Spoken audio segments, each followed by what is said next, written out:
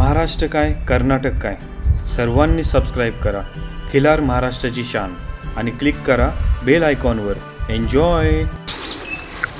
आपण सकाळी पुण्यातनं निघालो, अंदाजे इथं 4 की 5 तास आपल्याला लागले पोचायला. 5 तास आपण सांगलीत थांबलो, त्याच्यामुळं आपल्याला वेळ लागला वगैरे. महिन्यातनं तरी किती चक्कर असते सर इकडं तुमची? महिन्यातून माझी 3 आठवड्यातनं एकदा, कधी कधी महिन्यातून 2 वेळा, ह्या महिन्यात 3 वेळा ट्रिप आहे.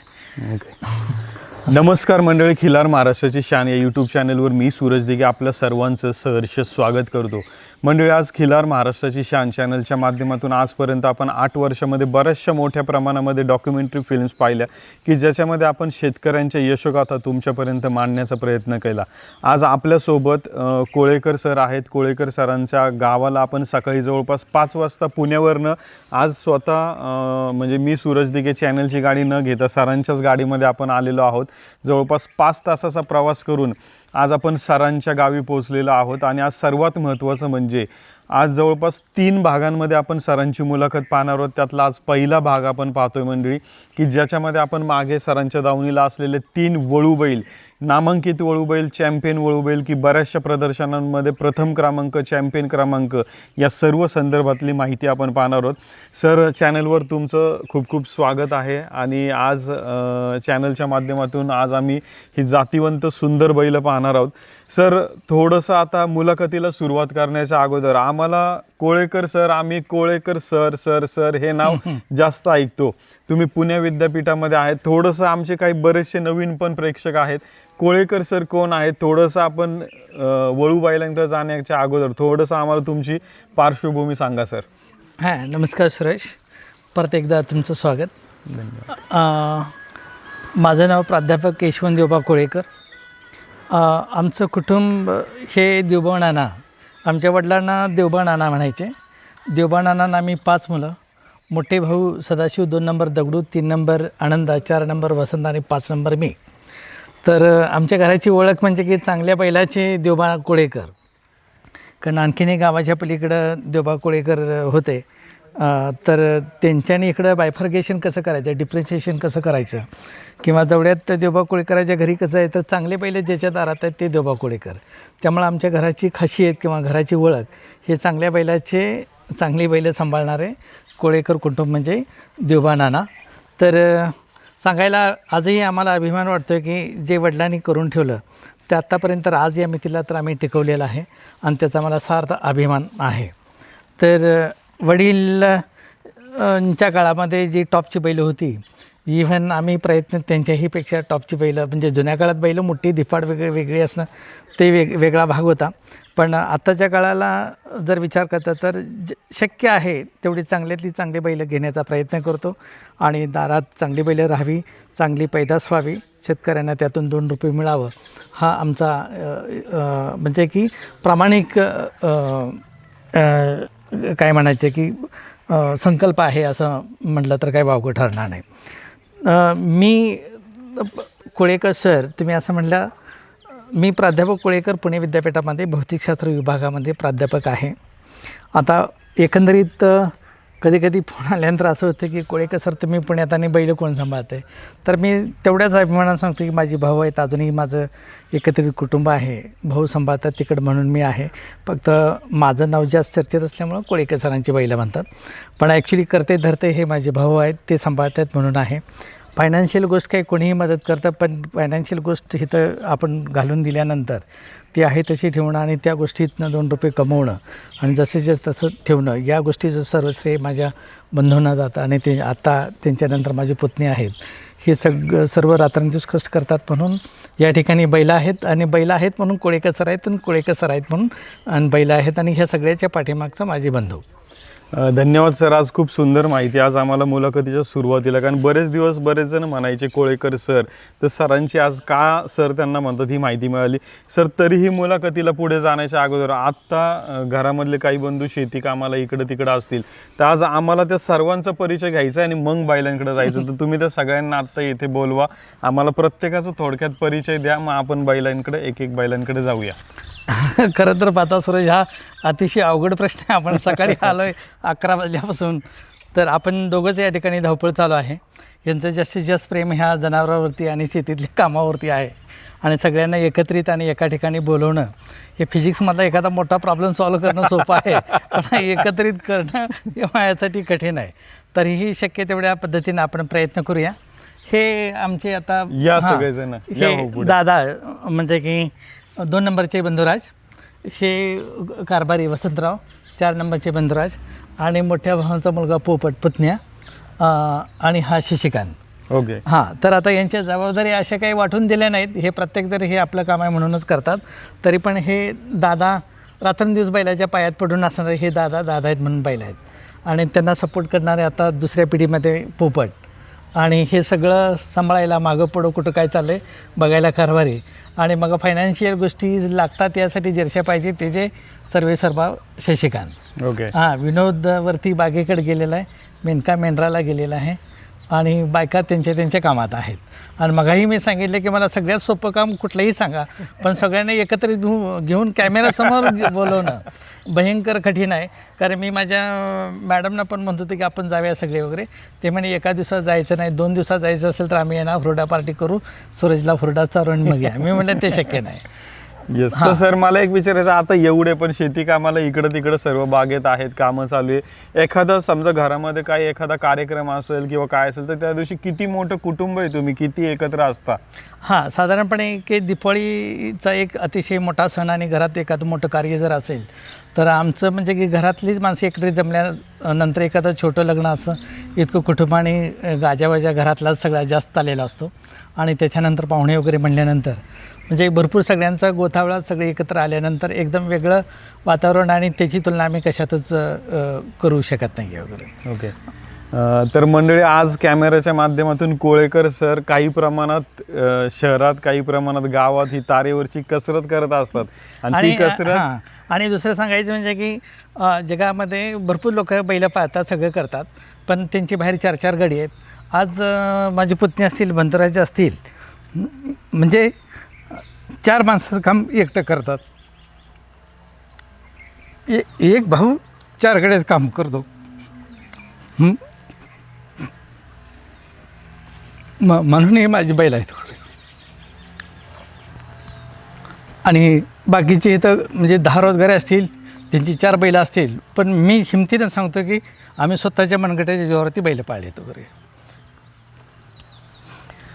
मंडळी, खरं तर आज एक पाहिलं गेलं तर म्हणजे गावाकडं एकत्र कुटुंब असणं, त्याशिवाय एवढी मोठी दावण असणं, खरं तर हा सरांच्याही डोळ्यात पाणी आलं आहे. मलाही थोडंसं ते हे भावनिक झालं ही गोष्ट.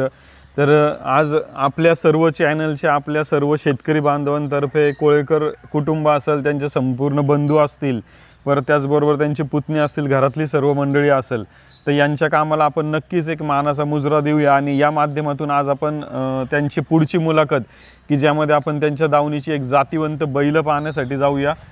सर, आपण आता सर्वांनी बैलांकडे जाऊया. येस, चालेल. हा बैल, ह्याचं नाव गरुडा. प्रथमतः गरंडे मेजरांचे मी धन्यवाद देतो. प्रदर्शनच्या अगोदर साधारणपणे 15 ते 20 दिवसापूर्वी हा खोंड मला त्यांनी अतिशय म्हणजे चांगल्या योग्य दरामध्ये मला हा बैल दिला. केवळ आणि केवळ एवढ्यासाठी की चांगल्या माणसाकडे आणि चांगल्या दावणीला बैल जातो आहे आणि सरांना मी आजपर्यंत बैल दिलेला नाही या हेतूने त्यांनी बैल दिला.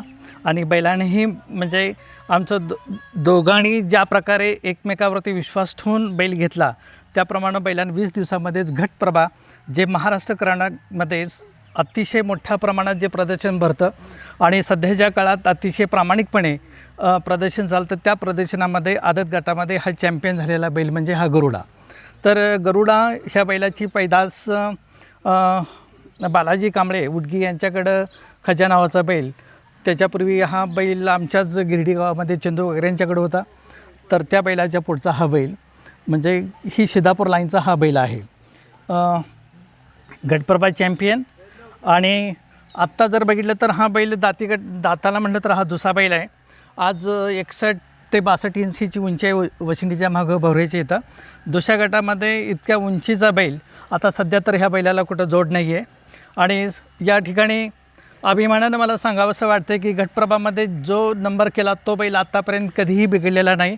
आणि ह्या पण बैलां गटप्रभामध्ये चॅम्पियन झाल्यानंतर जे काही गटप्रभा प्रदर्शन असतं आणि तिथून नामांकित वस्तू तयार होती, त्या गोष्टीला ह्या बैलांनी पण सपोर्ट केला आणि हा बैल अतिशय चांगल्या पद्धतीनं मोठा होत आहे. दिवसेंदिवस हा चांगला देखणापणा बैलाला येत आहे, माप पण होत आहे आणि गाईला चालू केलेला आहे. हा 2 दाती बैल आहे. साधारणपणे 85-90च्या आसपास ह्याच्या गाई झालेल्या आहेत. सर आता आम्हाला ह्याची पैदास पडायला चालू झाली का, कधी पाहायला मिळेल याची नाही, पैदास? हा बैल आपण घेतला साधारणपणे 13 जुलैच्या आसपास हा बैल घेतलेला आहे. तर आपल्याकडे आल्यापासून त्यावेळेला आदत होता. गटप्रभा चॅम्पियन झाल्यानंतर आपण एखादी गाई लावली, नंतर 2 दाती झाल्यानंतरच हा बैल गाईला सुरू केलेला आहे. आदत असताना आपण बैल हा सुरू केलेला नव्हता. येस, धन्यवाद सर.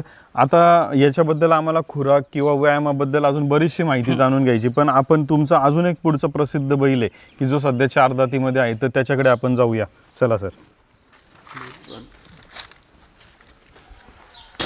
सर आता आम्ही नुकतंच तुमच्या दावणीला असलेल्या एका मगाशच्या खोंडाची माहिती पाहिली, त्या वळू बैलाची. तर सध्या आज पाहत असलेलं वळू बैल याची काय माहिती आम्हाला तुम्ही सांगताय? ह्या बैलाची जेवढी माहिती सांगणं म्हणजे शब्द अपुरे पडतात. कोळेकर कुटुंबाचा एक सदस्य प्रमुख किंवा कुटुंब प्रमुख म्हणून हा बैल आहे पिस्तूल. आत्तापर्यंत जी बैलं होऊन गेली, भरपूर बैलं झाली, पण आमचं नाव म्हणजे जवळचं गाव आणि नंतर कोळेकर कुटुंबाचं नाव केलं ते ह्या बैलानं केलं. ह्याचं नाव पिस्तूल. हा बैल आपण ते 14 महिन्याचा असताना माझे मित्र आजापा हरगिरीचे आजापा म्हणून त्यांनी हा बैल म्हणजे भरपूर त्यांच्याकडे गिरायक असताना हा बैल खास आपणाला बोलवून, सर हा बैल मला तुम्हाला द्यायचा आहे म्हणताना आम्ही हा बैल त्यांच्याकडे आणला 14 महिन्याचा असताना. आणि 14 महिन्याचा आणल्यानंतर आपण एक 3 महिने सांभाळला आणि त्याच्यानंतर जे प्रदर्शन सुरू झाल्यानंतर आणि गेल्या वर्षीच्या प्रत्येक प्रदर्शनचा हा राजा म्हटलं तर काय हरकत नाही आहे. पहिलेच प्रदर्शन गडहिंग्लज बंडिता क्लासिक गडहिंग्लज प्रदर्शन 2024, त्या प्रदर्शनामध्ये हा म्हणजे आदत गटामध्ये पण चॅम्पियन झाला आणि त्याच्यानंतर आदतपासून जुळ गटामध्ये, जनरल गटामध्ये हा हिंदकेसरी म्हणून हा किताब मिळाला. त्याच्यानंतर गटप्रभाचा हा 2 नंबरचा सोन्याचा मानकरी आहे. कंकणवाडीचा पण 2 नंबरचा हा मानकरी आहे. त्याच्यानंतर कर्नाटकामध्ये आणखीन एक 2 प्रदर्शन झाली, तिथं पण तो चॅम्पियन आहे.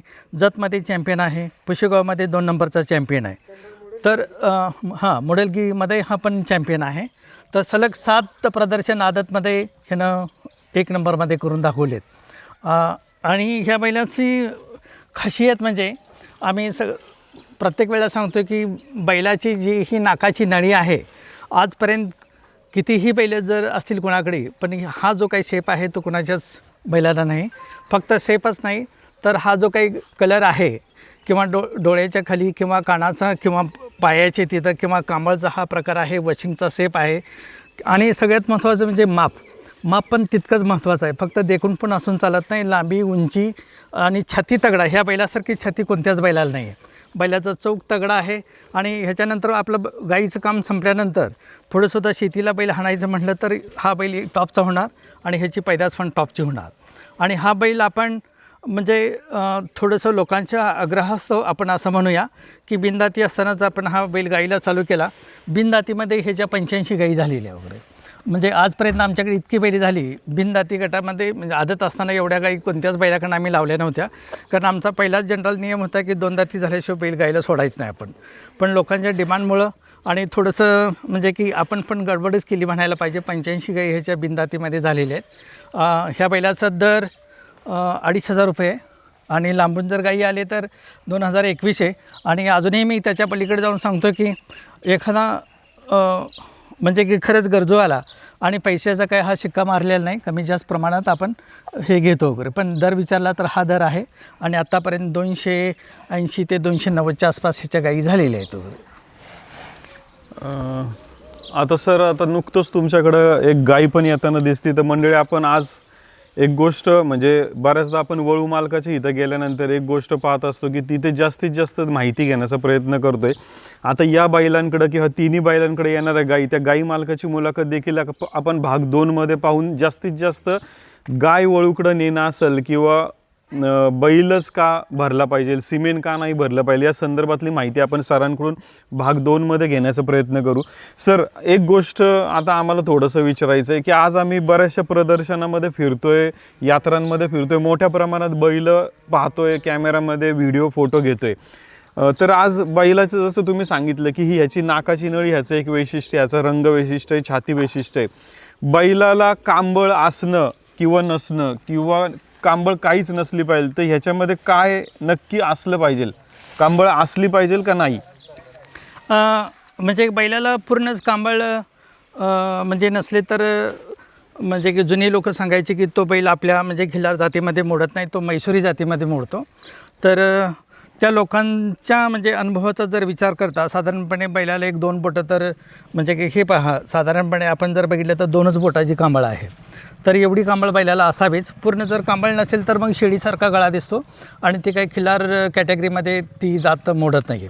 तर तुमच्या प्रश्नाचं उत्तर की कांबळ असावी, पण जास्त कांबळ असू नये. कांबळ 1-2च बोटं असावी, पातळ असावी आणि खाली कांबळ लांबडी असू नये आणि इथं गळ्याच्या पुढं पण कांबळ असू नये. सर, आता मागासच्या वळू बैलाच्या वेळेस तुम्ही सांगितलं की त्याला भरायला, गाई भरायला चालू आलं आहे, पण अजून पैदास पडायला आपल्याला काही कालावधी आहे. तर सध्या पाहत असलेल्या बैलाच्या किती पैदास पडल्या असतील आणि सध्या आपण या व्हिडिओच्या माध्यमातून प्रेक्षकांना कोणत्या कालवडी किंवा खोंड काही दाखवू शकतो काही? जरूर. आणि अतिशय महत्त्वाचा प्रश्न. हे आत्तापर्यंत आपण ही बैलाची माहिती हे असं ते तसं सांगितलं, पण शेवटी त्याचा रिझल्ट काय आहे? म्हणजे मी परीक्षेचा अभ्यास करतो, पेपर छान लिहिलेले आहेत, पेपरचा रिझल्ट लागेल वगैरे सगळं हे म्हणतो, पण रिझल्ट लागल्यानंतर नक्की त्याचा रिझल्ट काय आहे? तर सांगायला अभिमान वाटतो आहे की पहिल्यांदा ज्या गाई लावून नेल्या ह्या बैलाकडनं आणि त्यांची वासरं बघितल्यानंतर त्याच लोकांनी तीच गाई परत ही बाकीची बैलं त्याच्या जोडीला असताना तर ह्याच बैलाकडून त्या गाई लावून नेलेल्या आहेत. ह्याचाच आपणाला रिझल्ट आहे. आणि तसं मग माहितीसाठी सांगायचं असेल तर या ठिकाणी टॉप पैदाशीचा बैल आहे.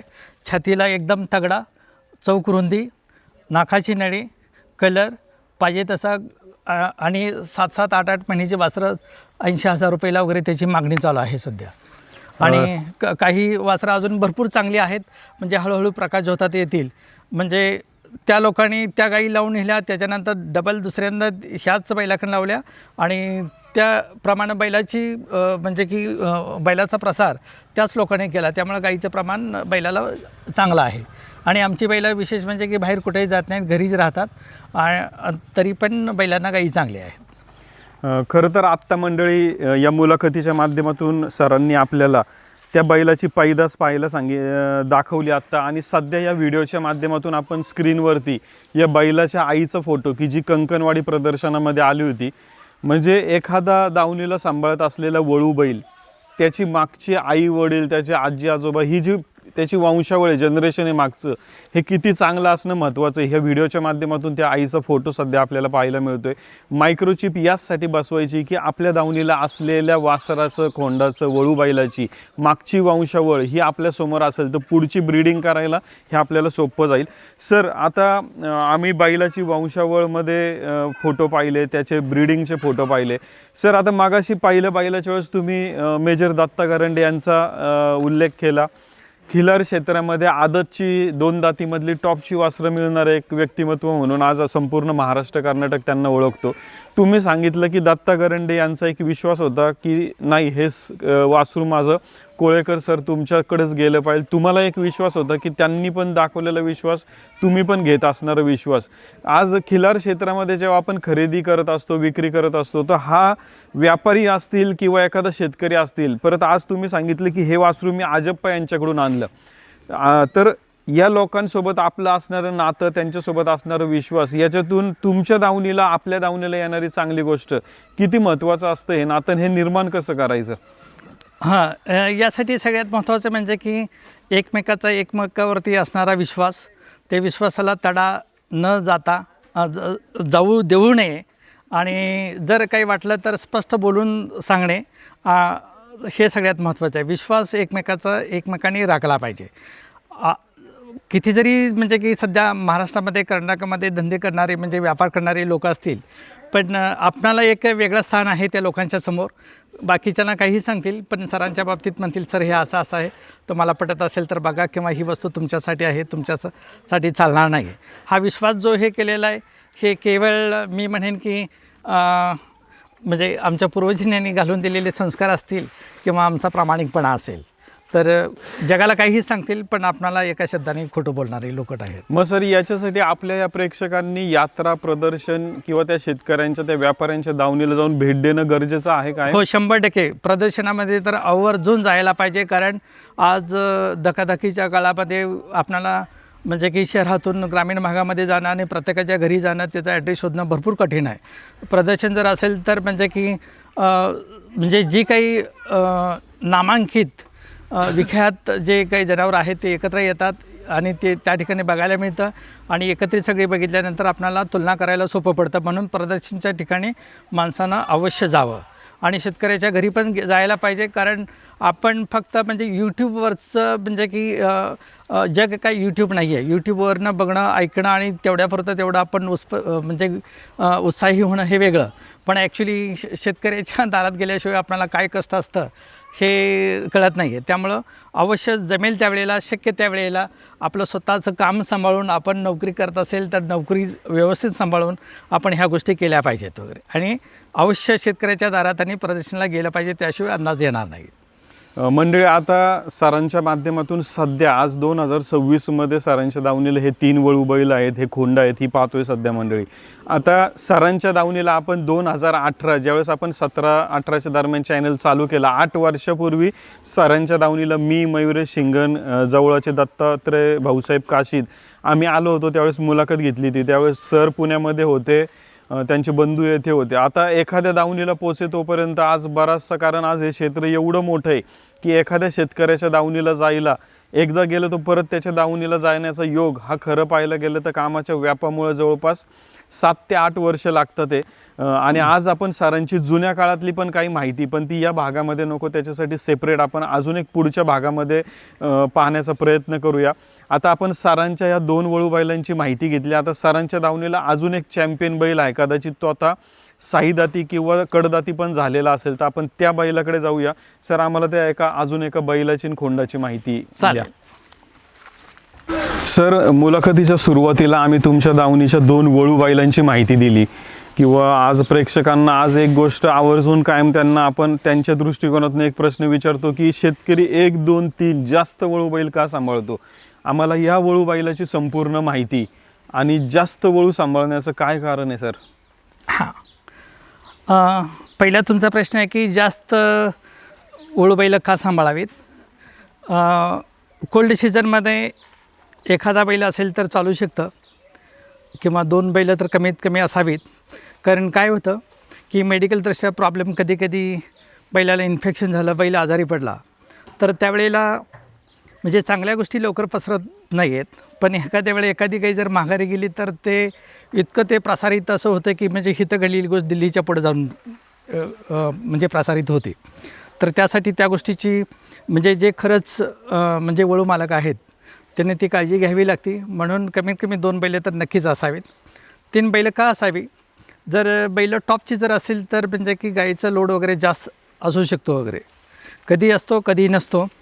पण मग आपण सगळी चांगली टॉपची किमतीची बैलं असतात, तर सगळीच बैलं ती फ्रेश राहण्यासाठी, आणि एखाद्या बैलाकडे एकच गाई किंवा 2च गाई जर सीझनमध्ये झाल्या तर बैलं कधीच म्हणजे की कंटाळत नाही आहेत. आणि आपल्याकडे कसं असतं की फक्त म्हणजे की गाईसाठीच आपण हे करत नाही. बैल एक साईदाती वगैरे झाल्यानंतर मग बैल आपण एखाद्या बडा बैलाबरोबर कामाला वगैरे त्याला झुपणं, शिकवणं, कारण नंतर आपण इन्व्हेस्टमेंट केलेली असती. काही कोणी जर झालं तर शेवटपर्यंत काही बैल कोण दारात सांभाळू शकत नाही. मग ह्याचं आपलं काम झाल्यानंतर पुढं ज्या ठिकाणी बैल आपण पाठवणार आहे त्या ठिकाणी बैल जर चांगला करायचा असेल तर त्याला कामाचं ट्रेनिंग दिलं पाहिजे. त्यासाठी म्हणजे हे पहा, हा बैल माझ्याकडे जो आहे तो आता जुळूक आहे, मगाचा चौसा, त्याच्या पलीकडचा दुसा, ह्याच्यानंतर हा म्हणजे अजून एक 6 महिन्यानंतर हा आमच्या कामाचा बैल होत नाही. मग नंतर बडवून कामाला शिकवणं आणि नंतर पुढं म्हणजे की आपलं जे काही भांडवल घातलेलं आहे ते काढण्याचा प्रयत्न करणे. शेवटी हा म्हणजे की समतोल हा साधावा लागतो. तर ह्या साठी 3 म्हणजे 2 1पेक्षा जास्त नक्कीच बैल असावी. मग शेवटी फायनान्शियल कंडिशन त्या मालकाची कशी आहे त्याच्यावरनं मग 3 असतील किंवा मग 2 असतील वगैरे ह्या गोष्टी असतात वगैरे. पण एक बैल कधीच असू नये, कारण हा आमचा स्वतःचा अनुभव आहे. आम्ही पहिलं कामाची 2 बडाव बैल आणि एकच गाईचा बैल असायचा आणि काही आजारानं जर बैल एखादी गाई जर काढली नाही तर त्याचा इतका इफेक्ट व्हायचा की ते परत रुटीन यायला पुढचे 3 महिने जायचे, कारण यांचा बैल बंद पडला असं लोक लगेच सांगत बसणार वगैरे. तर त्यासाठी 1पेक्षा जास्त बैल असावी. मग 2 किंवा 3 ज्याची त्याची फायनान्शियल कॅपॅसिटी आहे, ऐपत आहे, सांभाळायची ताकद आहे, तर त्या गोष्टीवरती ते अवलंबून असतात. आणि हा बैल जो आहे तर ह्या बैलाचं नाव राजा. हा बैल आम्ही फडतरवाडी बुवा यांच्याकडनं गेल्या वर्षी जानेवारी महिन्यामध्ये, जानेवारी 2025ला 5,51,000ला घेतला. तर हा बैल घ्यायचं कारण एवढंच की आमचा पिस्तूल बिनदातीमध्ये होता, त्याला गाईचं असं नंबर होतं. मग त्याच तोडीचा बैल, गाजलेला बैल घ्यायचा म्हणून आम्ही फडतरवाडी बुवांच्याकडून हा बैल गेल्या वर्षी घेतला. घेतेवेळी हा बैल 5वा दात पाडलेला, म्हणजे 4साहून 5वा दात पाडला होता. आणि बैल जसा दिसतोय तसाच आहे, कारण फक्त याचा कलर जरी पांढरा असेल तर कपाळावरती ह्याच्या पट्टा आहे, नाकाडी ह्याला पण चांगली आहे, माप चांगला आहे. कारण बैल आपल्याकडं काय मापाची बैलं लागतात. आपलं काम संपल्यानंतर पुढं पुणे भागात किंवा कुठेही शेतीकामाला किंवा एखाद्याच्या म्हणजे की पालखीचं काम करायला म्हणा किंवा कशालाही पाहिजे असेल तर दारात भारदस्त जबरदस्त बैलाची जोड असावी, त्यासाठी मोठ्या मापाची बैलं लागतात वगैरे. तर मग हा बैल मोठ्या मापाचा आहे, गाजलेला बैल आहे. गाजलेला तर कुठं गाजलेला, तर त्या प्रश्नाचं उत्तर आहे की हा बिनदातीमध्ये असताना ह्याचं पुशेगावचा हा चॅम्पियन आहे. पुशेगाव 2024चा हा चॅम्पियन. त्याच्यानंतर घटप्रभा 2024 चॅम्पियन, घटप्रभा 2000 कंकणवाडी 2024 चॅम्पियन. आणि गेल्या वर्षी जानेवारी 2025मध्ये पुशेगावचा परत त्याच्या गटामध्ये हा बैल फडतरवाडी बुवांच्याकडे असताना 4 दाती 6 दाती गटामध्ये हा 1 नंबर केलेला बैल आहे. हा नामांकित बैल आहे, जातीचा बैल आहे. आणि हा बैल पहिल्यापासून आपल्या माहितीतला होता. हा बैल म्हणजे की आमचे पाहुणे जतचे देवणाचे राजू दुधा, तर राजू पाहुण्याने आमचे हा बैल घेतलेला खोंड असताना. त्याच्यानंतर अशोक हरिगिरीकडून फडतरवाडी बुवांच्याकडून हा बैल आपल्याकडे आलेला आहे. हा पण बैल गाईला आणल्यापासून आपल्याकडे चालू आहे. सुरुवातीला थोडासा बैल म्हणजे शांत होता, पण आपल्याकडं सांगितल्याप्रमाणे कामाला जोडल्यानंतर बैलात पहिल्यासारखा करंट येऊन हा बैल गाईला पण छान चालतो वगैरे. ह्या बैलाने 80-90 गाई काढल्या असतील, कारण जास्त डिमांड हा बैल असताना सुद्धा पिस्तूलच होती. आणि थोडं गरुडं आणल्यानंतर मग पिस्तूलला सूट आहे वगैरे. आणि आपल्या भागामध्ये म्हणजे की आमच्या आसपासच्या भागामध्ये कोसा बैल जरा जास्त चालतो, म्हणून त्या दोन्हीकडे जास्त जोर आहे. आणि ज्याला एकदम मोठ्या मापाच्या करंटच्या तिकडची कुठली गाई आली तर मग हा बैल पसंत करतात. आता सर आपण पिस्तूलची पैदास मागाशी व्हिडिओच्या माध्यमातून पाहिली, सध्या या बैलाची पैदास आत्ता आपल्या माध्यमातून पाहायला मिळेल आपल्याला? हो मिळेल. हा बैल आपण गेल्या वर्षी जानेवारीमध्ये आणला. साधारणपणे फेब्रुवारीपासून आपल्याकडे गाई ह्याच्या लावून नेलेली आहेत. तर आत्ता एक वासरं 2 महिन्याची 2.5 महिन्याची वगैरे असतील. तर ह्याची पैदास पण म्हटलं तर अतिशय टॉपची, मोठ्या मापाची. आणि तोंडाला तर 1 नंबरची, म्हणजे कपाळ 4च बोटं, तोंडाला लांब. आणि आता बैल म्हणजे एक म्हटलं जातं, खरं खोटं माहीत नाही, त्याचा काही म्हणजे सायंटिफिकरित्या माझा अभ्यास नसल्यामुळे मी काही बोलू शकत नाही. जेवढा बैल वयानं जास्त तेवढा पैदाशीला चांगला असं म्हटलं जातं. तसंच ह्या बैलाच्या बाबतीत जर बोलायचं झालं तर म्हणजे की ह्या बैलाची पैदास भयंकर टॉपची आहे, मोठी आहे आणि एकदम देखणी आहे. पण ह्याचं कलेक्शन सुरू आहे. कलेक्शन झालं का तुमच्यापर्यंत आम्ही नक्की पोचू.